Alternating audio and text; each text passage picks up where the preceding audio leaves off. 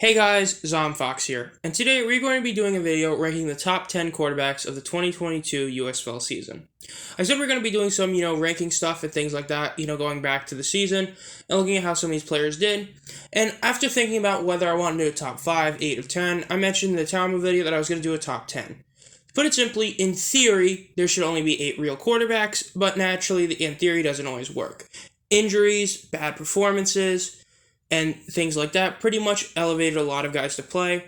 There were in total about, I think, 15, 16 quarterbacks that ended up playing, more than 2 snaps. And overall, we're going to be ranking the top 10. With pretty much, if you're in the top 10, you were at least okay. But really, the top, 6 and 5-ish, that's when you get started to, the real legit quarterbacks. So before we start actually doing, the list for sure, a quick few honorable mentions. Some honorable mentions go out to Josh Love. He played a couple of games for the Maulers and Panthers. He was okay. Vadley pretty much had one game that made him into a potential legit starter after he shocked everyone when the Maulers were able to beat the Gamblers. Paxton Lynch, he got hurt a couple times, but from what he played at the end of the year, that final game was one of the better performances a quarterback had overall in the season. And then Kenji Bahar pretty much he genuinely could have made the top 10 if he started more games. He was pretty much as serviceable could get. He wasn't bad, he wasn't great, he was solid. So those are the 4 honorable mentions. Now, without further ado, the number 10 player is going to be Alex Mcgo. Alex Mcgo was supposed to be the starter. He was the first pick of the Birmingham Stallions. He got injured literally in the first game, and Jamar just played really well. Overall, Mcgo was on the roster for 7 games due to injuries and stuff, and he started a total of 3 games. He only had 460 passing yards, which was still good enough for 14th in the league, and his QBR was 13th among quarterbacks. But what's impressive to me is the fact that despite playing in such few games, he still managed to be 6th in quarterback rush yards, which is pretty insane. He was 25th among all rushers, so I feel like that fact is pretty incredible. And the fact is, the big one, he did win the championship. He was on the team and actually played. Jamar pretty much got cramps, and the entire second half was Alex Mcgo playing. He did throw a bad interception early on, but overall he was able to rebound and have legitimately solid stats. He had better rush yards than Jamar, and his QB rating may have been about 11 points less, but he did complete 70% of his passes for 77 yards, and he did throw a touchdown. Overall, he was a major reason why the team was able to get the job done and win, and because of that, I do feel that he does deserve to be the number 10. Now, as for number 9 is going to be Brian Scott. I feel like some people might have forgotten about Brian. He was legitimately excellent in his first 2 games. He was playing decent in his third, and then he tore his ACL. I genuinely do believe if he played the entire season, he probably would have won MVP, and man, the Stars could have been even better than they ended up being, but that's one of those what-ifs. His rushing yards weren't the best, and they wouldn't, be insane, as through 2.5 games only having 23 isn't the best, but he was a legit just passing quarterback. His QBR, yes, he only played, 3 games, but his QBR was 3rd among all quarterbacks, which is insanely great. And if you were to say that he finished that 2nd game and 3rd game and he never got hurt, his projected stats would have been legitimately insane. If he doesn't get hurt at all and he plays every game, his projected stats would have been he would have led the entire league in passing yards, the entire league in passing yards per game. Passing touchdowns, he would have led the league. He would have been tied for 3rd in interceptions, which isn't the best, but considering he would have been number 1 passing touchdowns is really good. And he would have been sacked, though, the most amount by anyone else. Him getting sacked 11 times in 2.5 games is actually pretty terrible, just legitimately, especially since his other quarterback didn't get sacked nearly as much overall. But his 157 sack yards would have only been 2nd. He mainly got sacked, a yard or 2 from the line of scrimmage because he didn't, do a ton of those to run and keep plays alive. Overall, Brian, I definitely think should be remembered. He deserves to be in the top 10 because he was so solid before he got hurt. And granted, he's probably going to be coming back, and whether or not it's with the Stars, he probably will be a legit favorite to win league MVP. Number 8 is going to be Shea Patterson. Shea is the only other player that was really up for debate and the most disappointing player. I still think it's Talmo, even after, some people talk about Patterson playing bad. Patterson really wasn't that great. His QBR is the automatic you draw your eye to. 72.2 was 17th among quarterbacks. That's really bad. Oh, and by the way, for the quarterback rating, the USFL thing, the rankings, stuff like that. There were like 5 kickers who like threw one pass, and their QBRs are like naturally like 400, so that's why they're 5 less. But his fifth in rushing yards for quarterbacks, which is really solid considering he only started 5 games. 176 is pretty solid, and his 1,000 passing yards was actually 6th in the entire league. In fact, when he got cut by the Panthers, I believe he was 3rd in passing yards. It's just his biggest flaw was his interceptions.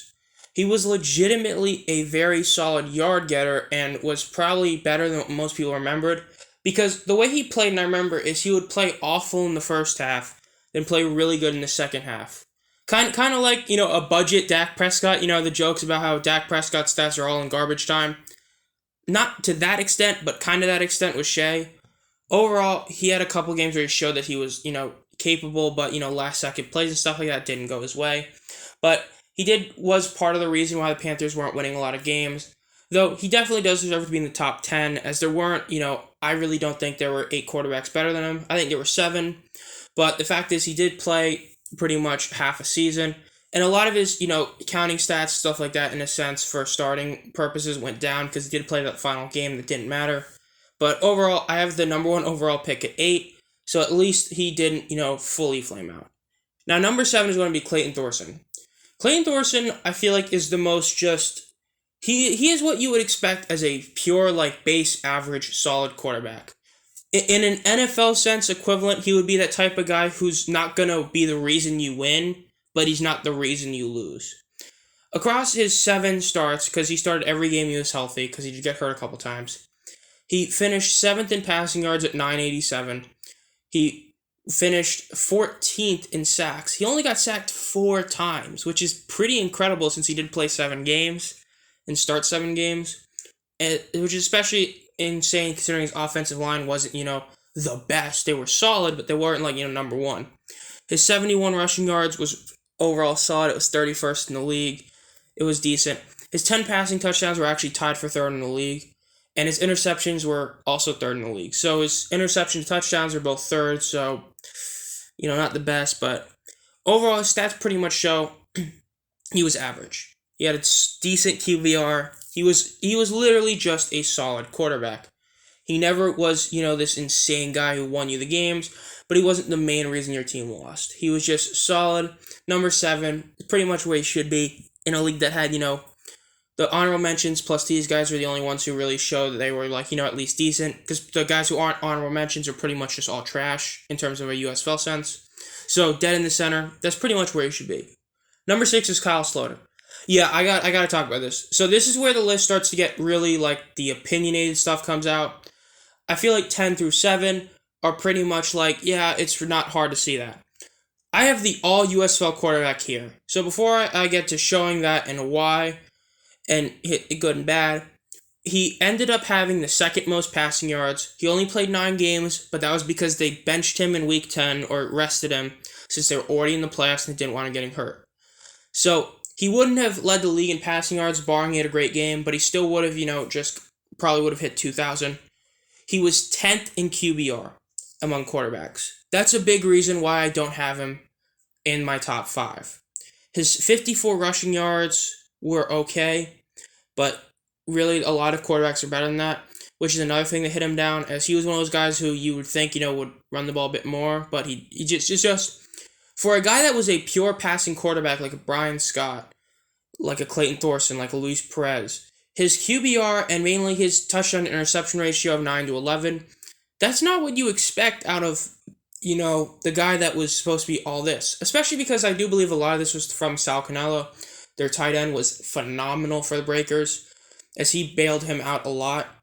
So, I feel like Sloter pretty much got that all USFL because of when guys started playing, as he was the only real starter, aside from Talmu, that continuously played throughout the entire year without really any injuries. And I don't feel like he really was the man. He did, however, have the only 400 passing yard game in the entire season. With that being said, he only had a 73 QBR. And they only won that game by 7 points. So, only 400 passing yard game, good. 1 touchdown to 3 interceptions, bad. 23 points, That's really bad when you have that many yards. So that's good and bad. His team also had the all USFL center, naturally, Jared Thomas. And the big one is in the playoffs, because now that we're in this top, 6, we're starting to talk about quarterbacks who played in the playoffs. He did not perform in the playoffs. He threw a poorly timed interception. I remember people on Twitter were like, wow, I'm so shocked. Kyle Sloter threw a bad interception? I can't believe it. That's pretty much what he did. His 2 interceptions were a major reason why the team was not able to capitalize and win the game. Yes, there was a special teams touchdown. There's also a defensive touchdown, which was because of Sloter. Sloter really did not perform that well in the championship game or in the playoffs. In your first playoff game, you go for a 69.6 QBR. Yeah, that's not the best. So, overall, I do think that in terms of genuinely how the all-USFL team is supposed to be determined, he did deserve his spot. I think of all the quarterbacks who played, all 9 games up to that point, he was definitely the man in terms of them. But in terms of the overall season, I genuinely don't think he was a top 5 quarterback. Who I do is the most disappointing player, as I mentioned before, Tamu. Just because he's disappointed doesn't mean he's bad. And I'm going to reinforce my point on why he was the most disappointing player. Even though Patterson was number 1, almost everyone thought that he shouldn't have been. It should have been Tamu. So the public view, Tamu was the number 1 overall pick, and he was supposed to be the guy, and he didn't succeed. But whatever you want to agree or disagree, what I will say, and what I will say without a doubt, was he was the 5th quarterback. Between him and Sloter, it pretty much came down to the fact that I think he was just better in the stats that really matter. He was the number 1 rushing quarterback at 365, as the team pretty much used 3 running backs, with him being one of them in a sense. But that is also countered a little bit by the fact that he was the most sacked quarterback by a wide margin. As you can see, he was literally sacked more. He was sacked 9 times more than 2nd and 3rd. And for 4th, as it was tied for 2nd, 4th place Kenji Bahar, who that was his big weakness. He got sacked a lot, and why I thought Thorson was so great. He got sacked 11 times more than 4th place. He got sacked for over 80 yards more. That's horrible. There's a reason why the Bandits' passing game wasn't number 1, because he kept getting sacked. And a quarterback, half of getting sacked, about a third to a half, is the quarterback's fault. You have to get the ball out of your hands. That's what Clayton Thorson was able to do, and that's why I respected him and put him 7th. And that's why Tamu isn't in the top 4. He got sacked too many times. His 120 QBR was 7th in the league. That's okay. That's average for the quarterbacks. His 2,000 passing yards did lead the league, but that was because, he was the day 1 starter, and he always started every game. Due to the backup quarterbacks being terrible, due to him, being not bad enough to deserve getting really benched for a game. But I put him 5th. I generally believe that's where he deserves to be. I don't think he deserves to be higher than 5th. I think 5th is a solid spot for him. His rushing stats are great, but he did fumble 5 times, which was the most in the league, if I'm not mistaken. He didn't lose any of them, but the fact that he did fumble a lot isn't the best. But most quarterbacks did fumble 4 times, so it's okay. But, it's just apples and oranges. 5th. Number 4 is going to be Jamar Smith. Jamar, he was great. He did have a couple games at the end of the year, which I mentioned before, really cost him that chance at MVP and stuff like that. He just played really bad. He got sick one of those in a game in the middle of the season. But overall, still 4th. He was 3rd in passing yards at 1,573. So he was solid there. 8th among quarterbacks in QBR, not the best. Slightly below Tamu. He was 4th in rushing yards. That's below Tamu, which isn't the best. But for Jamar, he was excellent in the games before he started playing bad at the end of the year. And the major reason is, he did win the championship. And his team did win the championship. He also played really solid in the divisional round.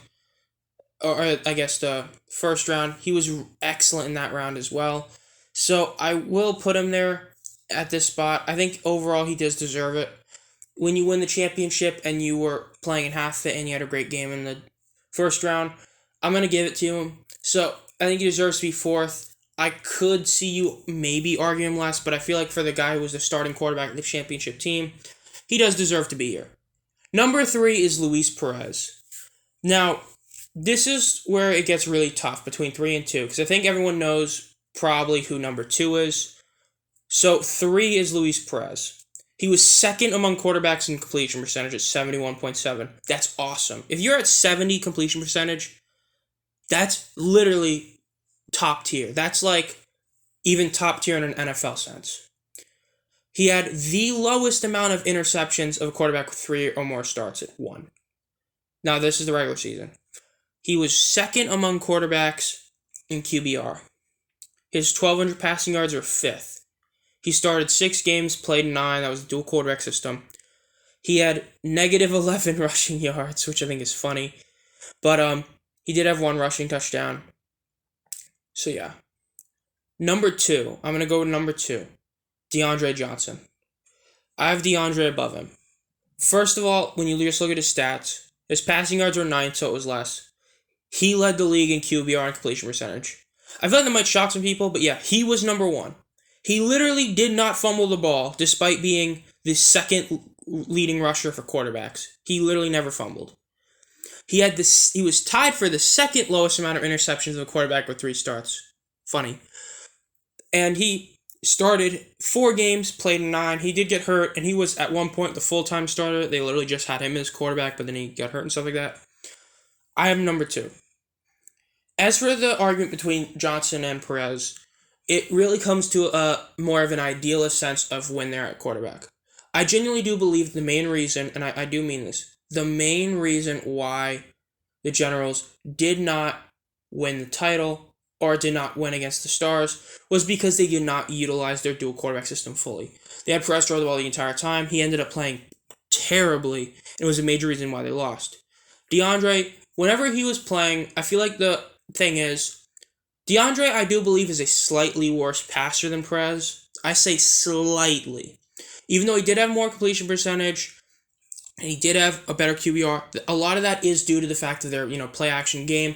And when you have 2 solid running backs like they had, and then you have a quarterback that can also run, you have to respect that, so play-action becomes even more powerful. But I feel like in the rushing-wise, Deandre is just head and shoulders above Perez. So, even though I think Perez is a better runner than his stats show, and he can move better than, the things they show, overall, Deandre is far better. So, Deandre has that advantage by a long shot versus his slightly less passing game. And I feel like if they had started him, or at least played him right in the first round of playoffs, they would have won.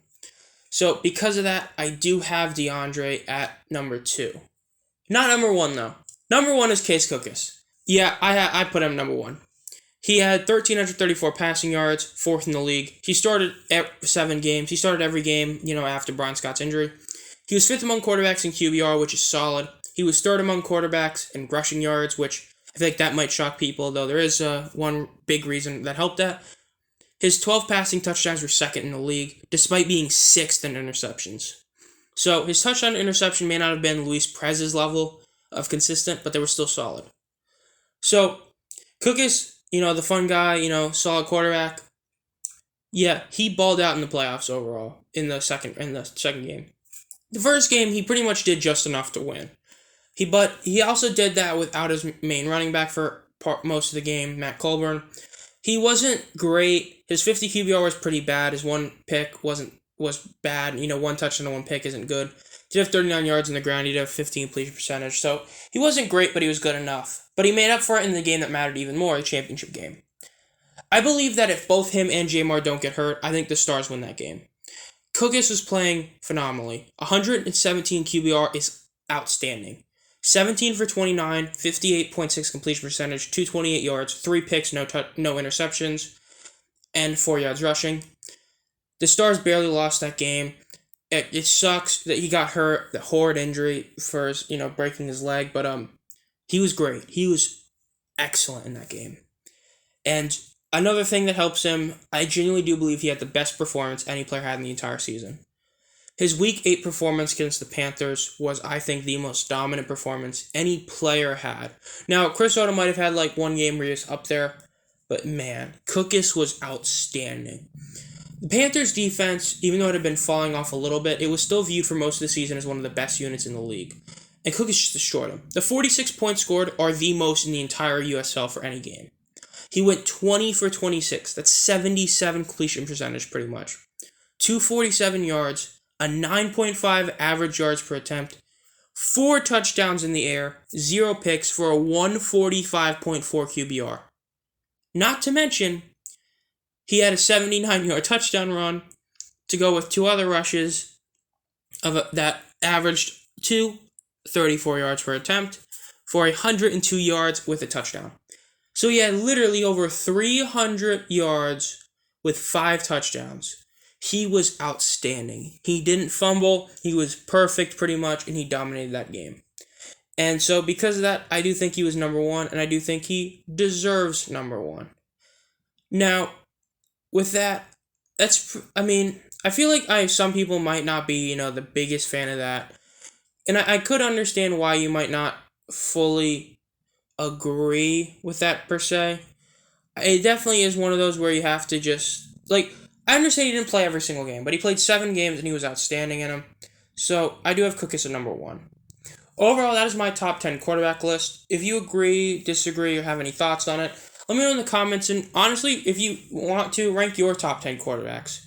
The honorable mentions, I definitely think, were solid. I just didn't think they were good enough to outbeat mainly Mcgo and Scott, as I wanted to show some love to them as they were really solid quarterbacks when they were able to play. Mainly Scott. Mcgo was just okay, but he got the job done.